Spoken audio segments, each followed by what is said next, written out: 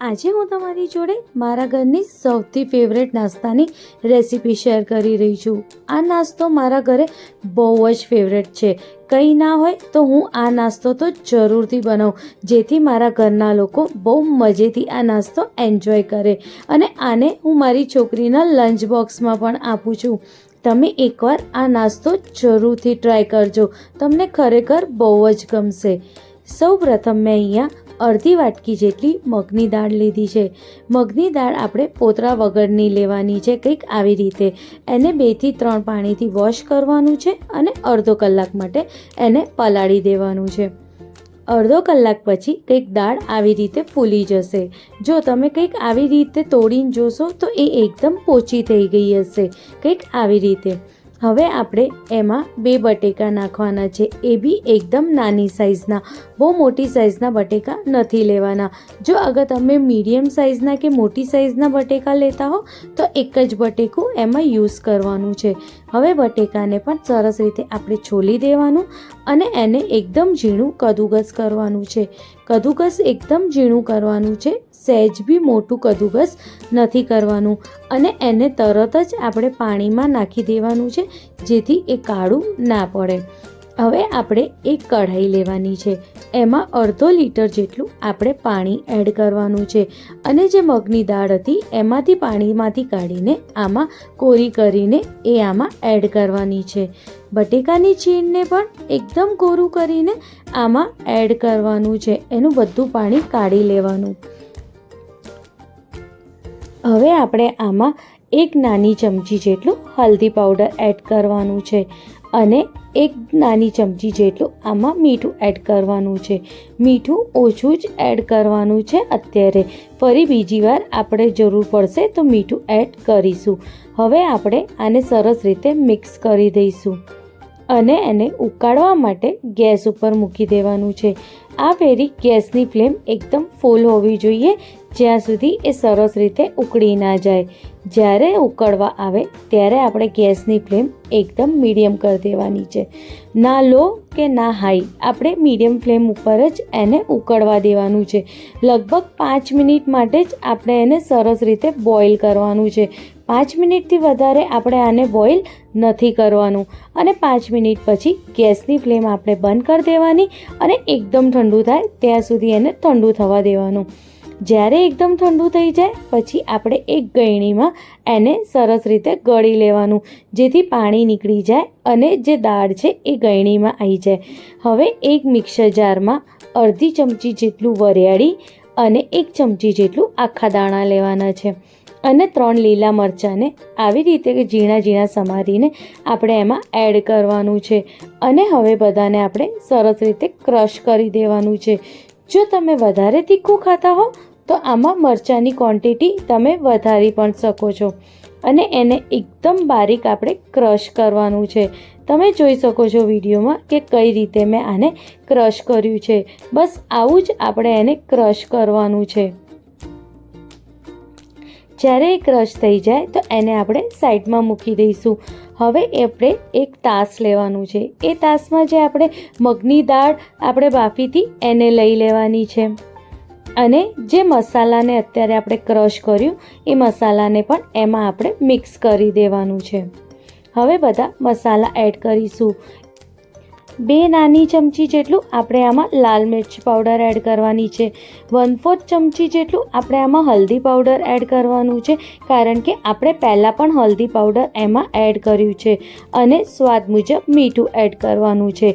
આપણે આમાં અગર થાય તો મીઠુંની ક્વોન્ટિટી થોડી ઓછી રાખવાની છે, કારણ કે દાળમાં ઓલરેડી મીઠું છે જ, પણ આપણે રેગ્યુલર જે ખાતા હોય એનાથી થોડુંક જ ઓછું, બહુ ઓછું પણ નથી એડ કરવાનું। હવે બધાને સરસ રીતે આપણે મિક્સ કરી દેવાનું છે અને 2 વાટકી જેટલું આપણે આમાં ઘઉંનો લોટ એડ કરવાનો છે અને હવે બધાને આપણે સરસ રીતે મિક્સ કરી દઈશું અને 2 થી 3 ચમચી જેટલું હવે આપણે આમાં તેલ એડ કરીશું। હવે એકવાર એને સરસ રીતે મિક્સ કરી દઈશું। જ્યારે એકવાર સરસ રીતે મિક્સ થઈ જાય પછી આપણે આમાં થોડું કોથમીર એડ કરવાનું છે। કોથમીર આપણે સૌથી લાસ્ટમાં એડ કરવાનું, જેથી એનું જે ફ્લેવર છે એ બહુ જ સરસ આવે. એકદમ સરસ રીતે મસળ્યા પછી અને મિક્સ કર્યા પછી આપણે કોથમીરને આમાં એડ કરવાનું છે.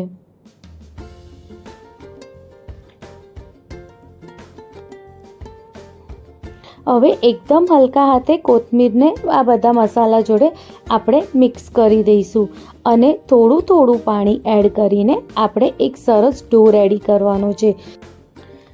નાઈ ભાખરીના લોટ જેટલું કાઠું આપણે લોટ બાંધવાનો છે કે નાઈ રોટલીના લોટ જેટલું આપણે ઢીલો બાંધવાનો છે. આપણે જે પરોઠાનો લોટ આપણે જેવું બાંધીએ છીએ એટલું જ કઠણ લોટ આપણે આને બાંધીને રેડી કરવાનું છે. એટલે આપણે આમાં એકદમ થોડુંક જ પાણી એડ કરતા જવાનું છે અને કંઈક આવી રીતે મિક્સ કરતા જવાનું છે અને એક સરસ ડો બાંધીને આપણે રેડી કરી દેવાનું છે. તમે જોઈ શકો છો કંઈક આવી રીતે કે કેવું મેં આ પરોઠાનો લોટ બાંધ્યો છે. જો કંઈક આવી રીતે લોટ હોવો જોઈએ. હવે આપણે આની ઉપર થોડું તેલ નાખીશું અને એને એકવાર સરસ રીતે ફરીથી મસળી લઈશું.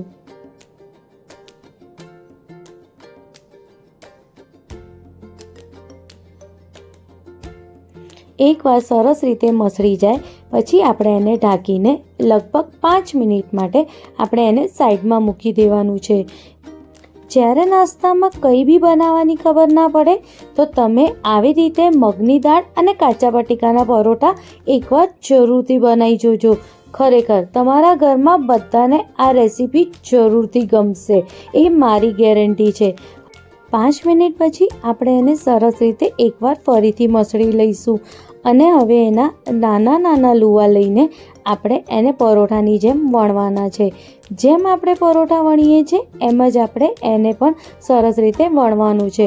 તમે જે શેપ આપવા માંગતા હો એ શેપ તમે આપી શકો છો, પણ મેં અહીંયા ત્રિકોણ શેપ આપ્યું છે કારણ કે મને આને પડવાળા બનાવવાના છે. એટલે પડવાળા બનાવવા માટે મેં આમાં ત્રિકોણ શેપ આપ્યું છે. આવી રીતે પહેલાં આપણે ગોળ શેપમાં પરોઠા વણી લેવાના છે. પછી એમાં વચ્ચે તેલ કે ઘી તમે જે લગાવવા માંગતા હો એ આપણે લગાવી દેવાનું અને આવી રીતે અડધું ફોલ્ડ કરી દેવાનું અને ફરીથી આપણે એને અડધું ફોલ્ડ કરવાનું. પણ એ પહેલાં અહીંયા વચ્ચે પણ આપણે થોડું ઘી કે તેલ લગાવવાનું, જેથી એના પડ જે છે એ સરસ બને. આવી રીતે આપણે હવે એને વણી લેવાનું છે. તમે આમાં ચોરસ શેપ પણ આપી શકો છો, ગોળ શેપ પણ આપી શકો છો. અગર તમે પડવાળા ખાવા માંગતા હો એકદમ સરસ રીતે તો તમે આવી રીતે ત્રિકોણ તરીકે જરૂરથી ટ્રાય કરજો પરોઠાને. એમાં પડ એકદમ સરસ બને છે. હવે આપણે આને એકદમ હલકા હાથે વણી લેવાનું છે કંઈક આવી રીતે. આપણે બહુ પતલા બી નહીં કે બહુ જાડા બી નહીં, મીડિયમ સાઇઝના પરોઠા આપણે આવી રીતે વણવાના છે. આ પરોઠા ખાવામાં બહુ જ ટેસ્ટી અને બહુ જ હેલ્ધી હોય છે. તમે કંઈક હેલ્ધી નાસ્તો કરવા માંગતા હો તો આ પરાઠાની રેસીપી જરૂરથી ટ્રાય કરજો અને આને તમે તમારા છોકરાઓના લંચ બોક્સમાં પણ આપી શકો છો અને મોટાઓ પણ આ પોતાના લંચ બોક્સમાં લઈ જઈ શકે છે. હવે આપણે એને શેકી લેવાનું છે. આપણે એને એકદમ મીડિયમ ફ્લેમ ઉપર શેકવાનું છે. નાઈ બહુ હાઈ ફ્લેમ કે નાઈ બહુ લો ફ્લેમ, એકદમ મીડિયમ ફ્લેમ ઉપર આને આપણે સરસ રીતે શેકી લઈશું. શેકતા ફેરી બી તમે ઘી કે તેલ તમારે જેનો ઉપયોગ કરવો હોય એ તમે અહીંયા કરી શકો છો. પણ જ્યારે તમે આને ઘીમાં બનાવશો તો એનો ટેસ્ટ બહુ જ મસ્ત આવશે અને લાંબા સમય સુધી આ એકદમ પોચા પણ રહેશે. તમે એકવાર આ પરાઠાને ઘી સાથે જરૂરથી બનાવી જોજો, એનો ટેસ્ટ તમને ખરેખર ખૂબ જ ગમશે. આવી જ રીતે આપણે પરાઠાને શેકી લેવાનું છે. આપણે બહુ વધારે પડતું પણ એને નથી શેકવાનું. ગોલ્ડન બ્રાઉન થાય ત્યાં સુધી આપણે એને સરસ રીતે શેકી લઈશું. બસ આવી જ રીતે આપણે બધા પરોઠાને શેકી લેવાનું છે અને આવી જ રીતે આપણે એને મીડિયમ ફ્લેમ ઉપર શેકવાનું છે, જેથી એ સરસ રીતે શેકાય. તમે એકવાર આ રેસીપી જરૂરથી ટ્રાય કરજો અને મને કમેન્ટ કરીને પણ જરૂરથી જણાવજો તમને આ રેસીપી કેવી લાગે. તમને આ રેસીપી ગમે તો તમારા દોસ્તો સાથે પણ જરૂરથી શેર કરજો. તમે વિડીયોમાં જોઈ શકો છો કે કેટલી સરસ મગની દાળ આ પરોઠામાં દેખાય છે અને ખાવામાં પણ આ પરોઠા એકદમ ટેસ્ટી અને એકદમ પોચા હોય છે. એવું નથી કે આ દાળ દેખાય છે એટલે ખાવામાં કાચી લાગશે, બિલકુલ નહીં લાગે કાચી. અને ખાવામાં પણ એનો જે ટેસ્ટ આવશે મગની દાળનો એ બહુ જ મસ્ત આવે છે. જો હું તમને આને તોડીને બતાવું છું કે કેટલા આના સરસ પડ બને છે અને કેટલા સરસ એ મગની દાળ અંદરથી દેખાય છે. મળીએ એક નવી રેસીપી સાથે. Thank you.